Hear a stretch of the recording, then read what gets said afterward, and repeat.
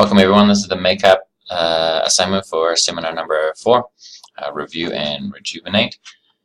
Quick reminder, this is where we're at. We may be feeling a little bit tired, we may be feeling a little bit down, the pressure is coming, stress is coming.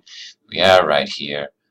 So today we want to take some time just to have a look to see where we've come, how far we've come, and what we need to be prepared for, and a few strategies on how to do that. In the seminar, I asked everyone to take out a piece of paper and do a free write. While everyone was lining up and trying to sign in, we had expressed gratitude. I asked people to take out their phones and send a text message that they're thankful to someone that they're thankful for. Someone did something for them and they've just been meaning to say thank you and they've just forgotten. So that's always a nice way to bring gratitude into our life and remind us of some good things. And it's a very quick thing we can do to alter our mood and our energy levels. If we're feeling down here, it can give us a nice spike for an extended period of time. Free write, though, is something that I want you to all be doing for this activity. It's going to be part of the assignments to hand in, is to make a list. So take the next 5-10 minutes and write down everything that you have to do in the next 37 days. Push pause and do that now. Okay, I trust that you did that exercise. You're going to have to hand it in. So get that done. Some of the other things we can do to help us boost our mood is to listen to music. We know that. Hugging someone, expressing thanks in a physical way as well, can have the release of oxytocin and get us in a more positive mood, and it can make us feel better in those down times. We know the unconditional love that comes from a pet, especially dogs. I'm not saying go do that. But if you do have a puppy, definitely get involved with that guy. Be on the lookout for furry friends on campus as well. It can be always a good fun way to relax as well. My agenda for this week was to review some of the administrative items, and we're going to get right into this. We'll be notifying you once you have passed or failed. We'll be sending out an email that'll be coming around December 1st. Letting you know that you either have already passed, that you'll still need a few, you're almost passed and you'll need to complete the January assignment, and the seminars will also help to get you through. And then you'll be notified again on March 30th, but we'll also be notifying those of you who have failed it and need to repeat it, and we'll be talking about that. You'll be notified about that, and then we'll be able to talk about it. We don't want that to be the case, so we're definitely here to help you get through it. So if you notice that you're behind in this, going to reach out to me, make an appointment with the calendar link in the online course, and you'll be able to have a chat and we'll see if we can get you through it. We're going to be notifying you. Be on the lookout in the next, I think it comes out at the end of this week.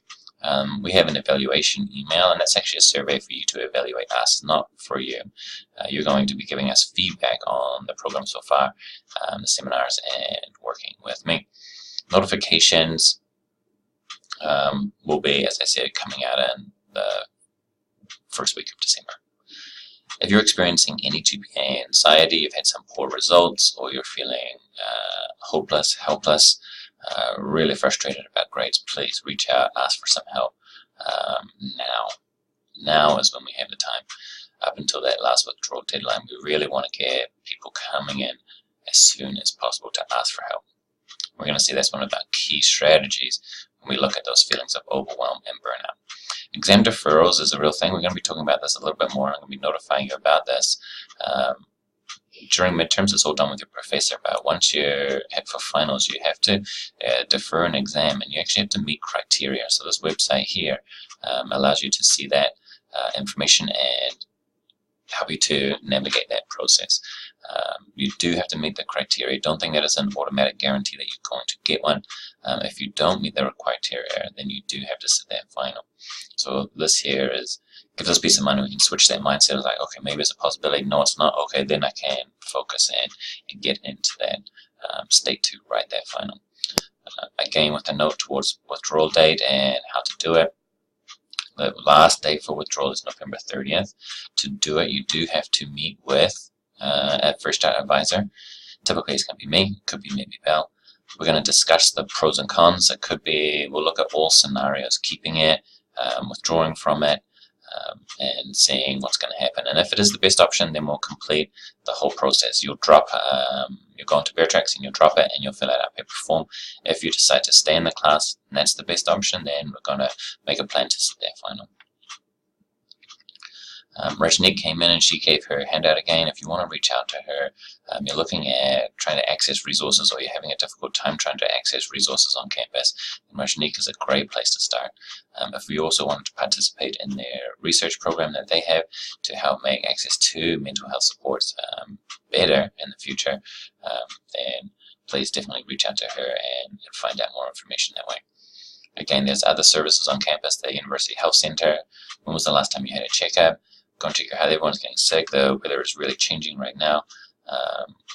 If you do your flu shot, go get your flu shot. If you're not, then that's fine. But go and get a checkup, really check in, try and get yourself healthy for this next part, because it's only going to get more stressful. And high, well, it's one of the main causes of our illnesses is high stress for a long period of time, that feeling of overwhelm and that feeling of burnout. So just go get a checkup. Especially international students. The domestic students will have a family doctor and people that are encouraging them to do that. International students might be less likely to actually just reach out to the health center on the second floor of sub, go there, meet with someone. All you have to do is bring your ID and your health card and you're in. Counseling and clinical services, they have a wonderful service, which is their initial appointments. You can drop in and they provide a great session of listening to what is it that you actually want to achieve, and then they try to identify what are the best resources available. And so they have a ton of information that can be really helpful if you sit down and you need to talk about it, if you feel like you're having more mental health concerns. Peer support is also a great service that offers listening and advice from a peer. We have a few Academic Success Center workshops that are running. We've got one tomorrow. This one's obviously already gone. This one's already gone. Final exam planning is essential. There's the worksheet and the steps in the exam planning module that are available for you. But we've also got the actual sit down, make the plan if you want to have that kind of guidance as well. So give the Success Center a work, give them a call and book a time. If you want to, you can also just make a time and meet with me, and I'm more than happy to do that too. It'll probably take us about 45 minutes to set up a plan for the beginning stages of a plan for finals. Preparing for and writing in-class essays. This is a great class if you've got a lot of long answer type questions that you need to be prepared for. So this here gives you the study methods and how to write during a short period of time. Just want to have a quick review here of the seminar so far. The very first seminar, we had a look at small smart choices consistently over time. This is what was going to keep us sane and make us really successful. This here, if we make small smart choices consistently over time, we're going to be making massive gains come December. Seminar number 2 was done by Tyree McCracken, who was our careers advisor. He talked a lot about reframing beliefs around careers. And the main theory that he looked at there was planned happenstance. So that we're not really sure about what's going on in the future. And so we need to have as many skills right now to be prepared for any sort of situation. We can follow multiple different paths to end up somewhere that we could never have dreamed of to begin with. So we want to be ready for opportunities in the front and in the future without being too worried about the uncertainty of not knowing what we're going to be doing. So we looked at that specifically, and in the Fresh Start program we relate that to learning, having a look at the beliefs you hold around learning. Do you think that learning is a particular way, or do you think that success is achieved in a certain way? For example, the seminar 1, that there is our belief about how success is really achieved. Small, smart choices consistently over time, whereas before you might have believed it was some other method. Finally, we looked at that cascade of, if we want to influence behaviors, we have to start with physiology. Start with physiology. That turns into emotions. That turns into feelings, which goes to thinking, which goes into behavior. And there's a whole cascade of events going on in between an interaction. And if we want to start feeling more productive, we have to do the actions of productivity. If we want to feel more interested, we have to do the actions of being more interested. If we want to feel more focused, do focusing things. And that was really the key takeaway that we want students to have. Now we want to combine all of these together and really remind you that these are the three things. These three things are, if we're wanting to make changes, if you're wanting to really go out with a bang here in the fall semester, this is where we can start. Keep these three things in mind. And there's no obstacle that you could overcome. There's nothing that could get in your way. As we saw in that common life cycle of a student that we show all the time, is that you're at the bottom of that dip. You're heading towards December, and it's going to only get more overwhelming and more likely for burnout around December. And so we don't want that feeling. We want to be as prepared as possible to deal with that burnout and that overwhelm, so that we are fresh and ready to sit those exams in the best possible state. So we have to do this. First, what is overwhelm? Buried or drowning beneath a huge mass. Some people might feel like this in some classes. Defeated completely. This is that feeling of helplessness, of hopelessness. You're completely defeated. There's no point doing anything anymore. And this is a common scenario when we study for 20 hours for a midterm and we get a 60. That is incredibly defeating. We can feel really overwhelmed, like, what's the point? Giving too much of a thing to someone, or inundated. Do you feel that your professors are inundating you or giving you too many things to do? We can often feel like that with our schedule. If we maintain that for a long period of time, we're not number one, but we're number two, physical or mental collapse caused by overwork or stress. If we're overwhelmed for a long period of time, we will be experiencing this burnout. So what we need to do is we need to get a hold of ourselves here. Now, we said that there's lots of different emotions that we feel, and overwhelm is a key one. And so the best way to deal with overwhelm, and what it's really trying to tell us, the key here is you're feeling overwhelmed. What that means, what does that mean? It means we need to reprioritize what is important to us. So we've got 7 steps here right away that we need to incorporate. So you've done that free write at the very start. So you should have your list already. Number one, we're going to go back and we're going to review your goals. You're going to have to identify what's important for the next 37 days. We did this in seminar number 1. I asked you to complete the visions, having a vision for the whole semester, 3 categories. Typically, it's going to be your academics, your health, and probably some social aspect that you want to work on, and then breaking that down into projects, which gives you the task that you should be focusing on. Being able to say, these are my 3 things that I want to focus on for the next 37 days. And that's what we want to do. You also sent some goals in learning check number 1. Go back and review these. You wrote these down. The idea with goals is that we don't write them down. We must revisit them. Now, the online course is not the best way to do that, but taking those 4 or 5 goals that you said that you want to do, go back. Have you actually done them? If you have, great, that's fantastic. Congratulate yourself, and now set a new one. We want to continuously, our goals are there to inspire us and encourage us to take action. So we want to keep setting goals. So we have to remind ourselves. Now we have to say what is important of all those things. First of all, I've got to get that list out. So what is important for the next 37 days? Write that list. Hopefully you've got that list. I want you to take some more time to get as many things on that list as you can. If you're experiencing burnout as well, if overwhelm is telling us to reprioritize our entire life for the next little bit, because we're feeling that overwhelm, we have to cut things out and we have to incorporate something else. And burnout is telling us to rejuvenate ourselves. We are acting at such a high level, we're not taking times for self-care. You're not taking care of yourself. So I want you to find and list in here too 5 or 6 of the things that help you to rejuvenate. Some of my conversations with students have been telling me that they play music, that they do exercise, that they play sports, that they dance. It's a lot of these creative things that they've done as hobbies that they're not doing anymore, that they're putting to the side, and they're just focusing solely on academics. We've got to remember that we've got to take time to rejuvenate so that we can have the energy to put in. It's got to be more of this interval, this stress and rest. Sleep is by far number one. If we are feeling burnout, then we have to get back into a good sleep routine. Sleep is by far the most important thing we need to do. Get back into a great sleep routine, getting your 7, 8, 9 hours of sleep.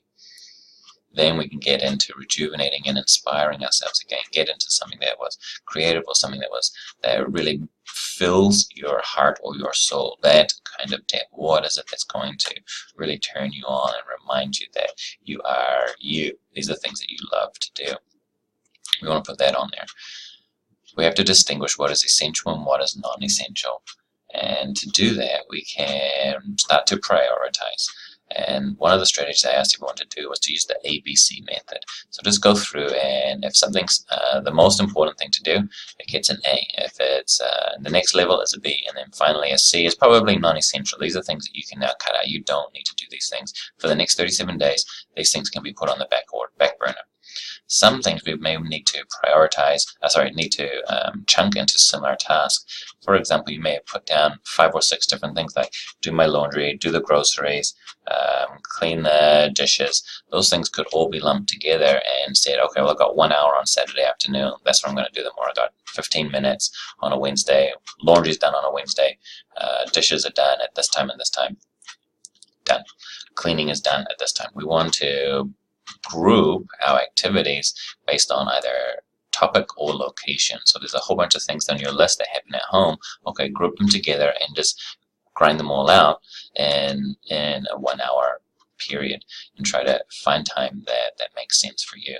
If it's all things that happen at a library or it's all related to studying, then group those things together as well.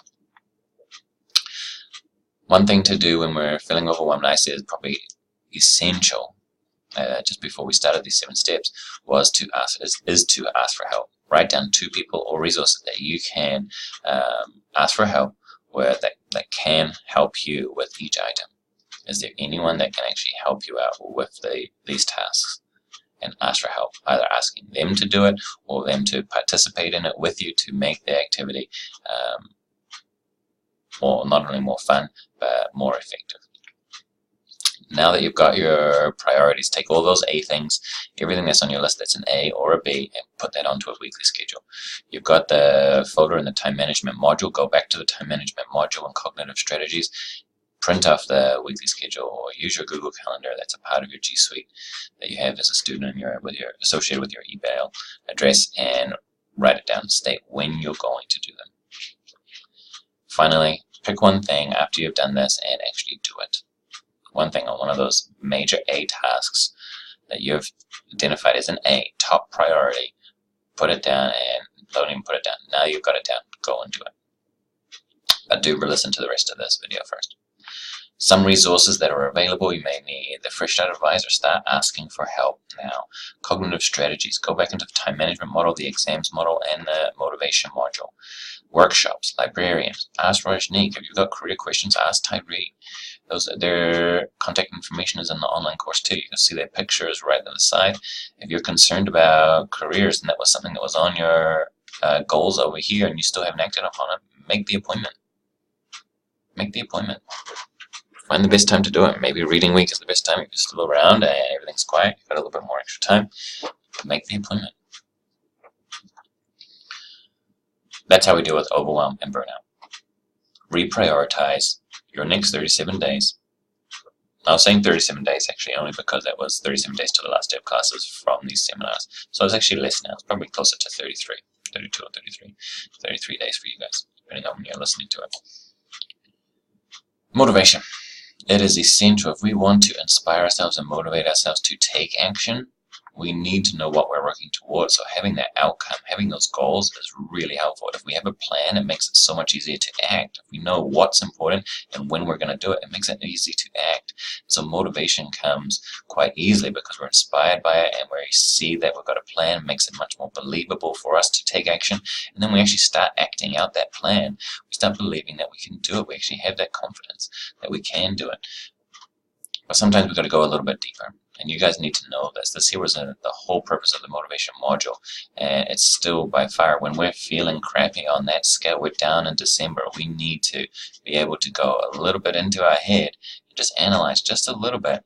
How can we manipulate the things that are going on, the types of motivation, the factors that are influencing my motivation to have a better outcome, because not all factors that drive motivation, that drive us towards behavior, are helpful. Some hurt.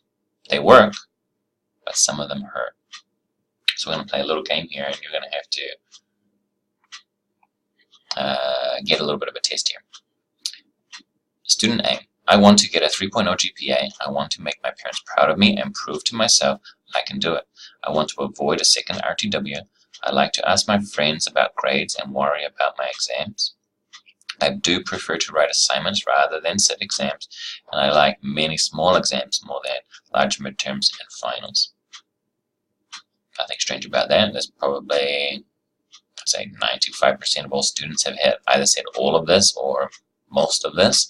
You can identify with a lot of it. We've either said these things to ourselves or we've heard friends say this out loud. Let's compare it to student B. I want to learn as many new skills as possible. I want to build a foundation for future courses. I focus on each study session and trying to learn something new. I focus on how I can enjoy every class. I really want to focus on getting better every week and learning, even if my grades don't reflect my progress. Now, going backwards and forwards, we can see that there's something different between these two students. We've got student A and student B.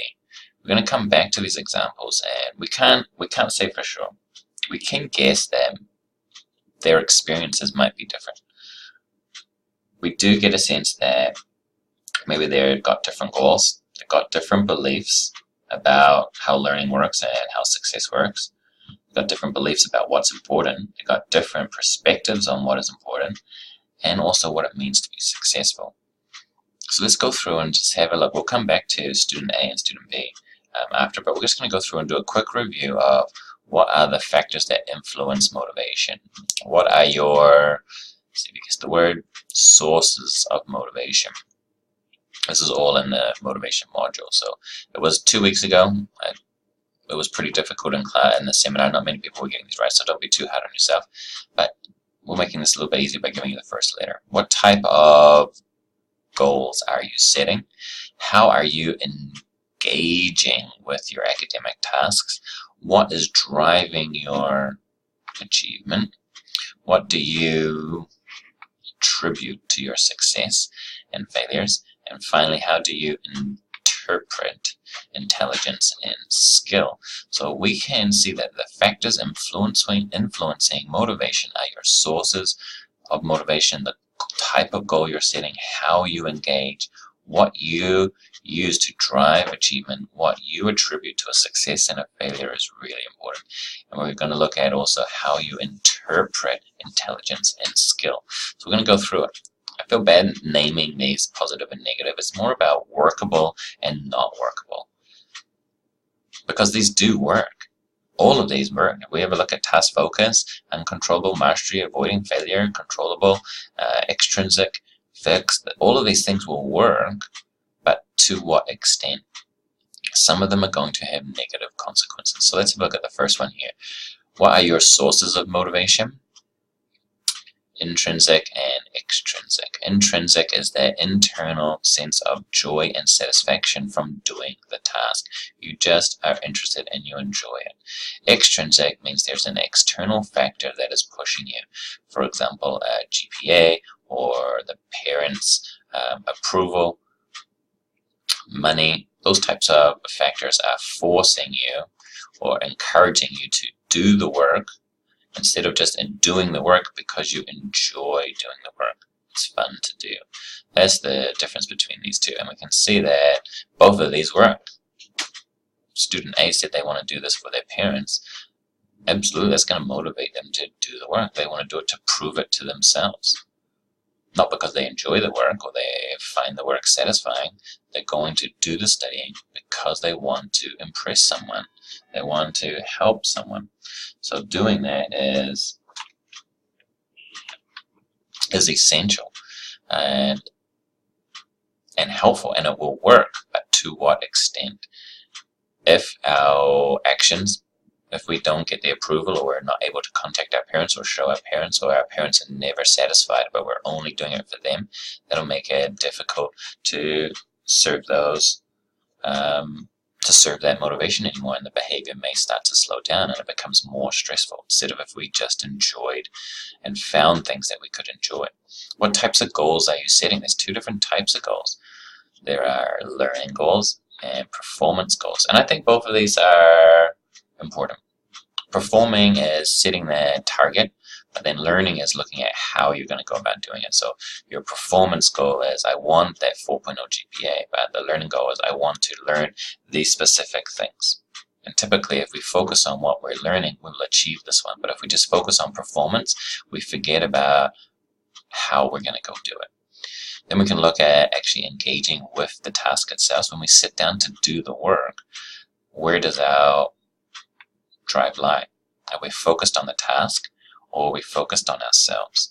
Ego here is about defending ourselves. We don't want to look stupid, or we only do the work to look smart. So if an assignment comes out, this is a tough one to deal with because our ego doesn't like being judged, and we're making a judgment call here, but we're doing it with ourselves. If we notice that, oh, I only like doing easy assignments, or I only engage with easy material, then I'm going to only do those tasks. When the going gets tough and the assignment is a little bit harder, do I start making excuses and I try to defend myself? So I give myself some reasons to not do the work. It's like, oh, this is a bit too hard, or professor's being ridiculous, it's too hard, everyone's saying this exam's too hard, or this assignment's too hard, I'm just going to try and get a C out of this one. We have those conversations all the time, but it doesn't allow us to get into and do the work. This here can draw us away from it, and our performance can suffer. We won't learn as much, and we won't get the grades that we actually do want if we're always trying to protect the ego. What is driving your achievement? What's the purpose of doing and achieving anything, of doing the learning? Number one, the more appropriate one, is mastery. We're there just to learn. I want to learn as much as I can, as many skills as I can. The grades may come later, but I'm just going to focus on learning the material.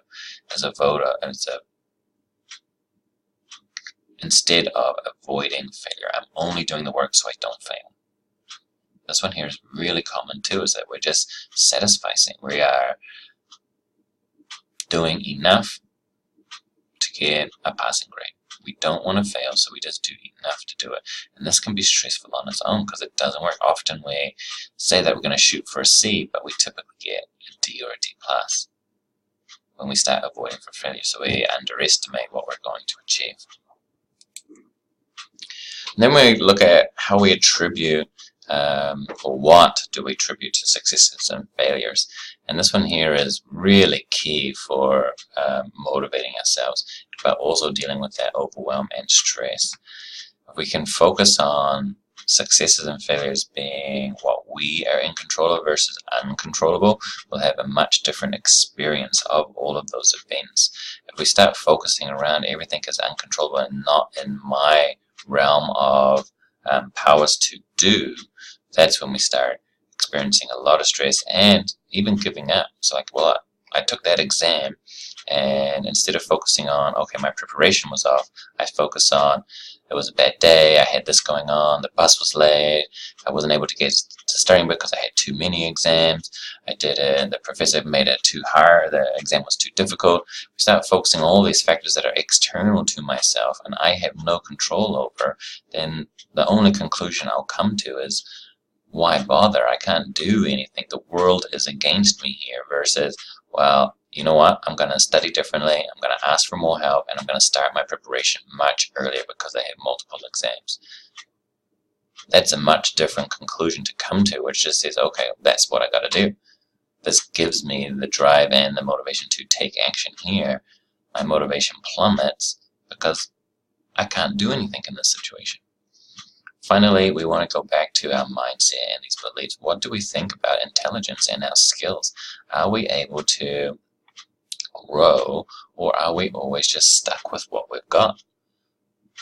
I have a certain amount of math ability and I can't get above a C. That's it. Or I can't even pass a math course. I'm not a math person, I'm not a stat person, I'm not a science person, I'm not an arts person. We're always growing, we're always able to grow. That's what learning means. We can change our behaviors, we can always improve if we take the time to learn. We can learn anything. Sometimes it might take longer than other people, but that's fine. But it doesn't mean that I can't learn and grow and improve. That's why we're saying that adaptation is one of the best skills that we can know that we have. Adaptation in personality, adaptation in skills, adaptation in beliefs. We're constantly growing and adapting to become a better version of ourselves. This is where we want to be. So if we go back to student A, we can start seeing why we get that sense that this might be a more stressful experience as opposed to student B.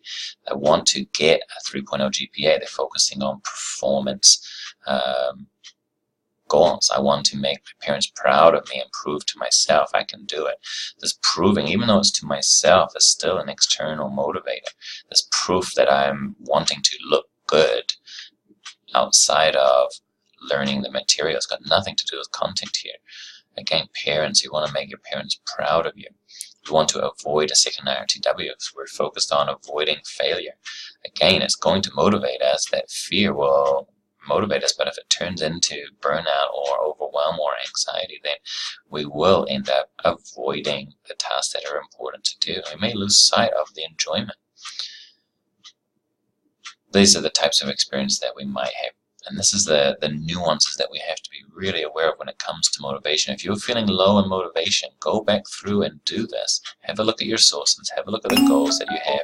Have a look at the things you're trying to, where you're trying to focus, and adjust. If you're noticing you're doing extrinsic and performance and you're really focused about looking good or avoiding failure, and you're not focused on the things that you're controllable of, start switching it up. Start being honest with yourself and just shifting your beliefs, shifting the things that you're saying to yourself, and write out a small paragraph that sums this up for you. So instead of being student A, and this is what you would say, go back to student B and have a look and say that what we can do. Number one, restate goals as learning. Use the course syllabus to guide you for each of your classes. Find enjoyment. Do something. Make the game, make it a little bit more of a game. Study with more friends. Find that enjoyment in your task to tap into the intrinsic motivation. You'll start to enjoy the actual task. Instead of dreading doing that task, you'll actually be pulled towards it instead of having to be pushed towards it. Number three, focusing on your study method instead of the grades. Focusing on streamlining that process so that you've got a system that can sit down, and anytime you sit down into a sociology class, you know, okay, this is how I prepare, and focus, and you're constantly adapting and improving your strategies and your method for learning in different courses. The grades will come. Use the growth mindset to describe your failures and your skills. Use not yet when describing your skills. I'm not a math person yet. I am not good at writing yet. That's how we can constantly grow and improve. Alright, that's where we're going to end it. Thank you very much, and answer the questions below.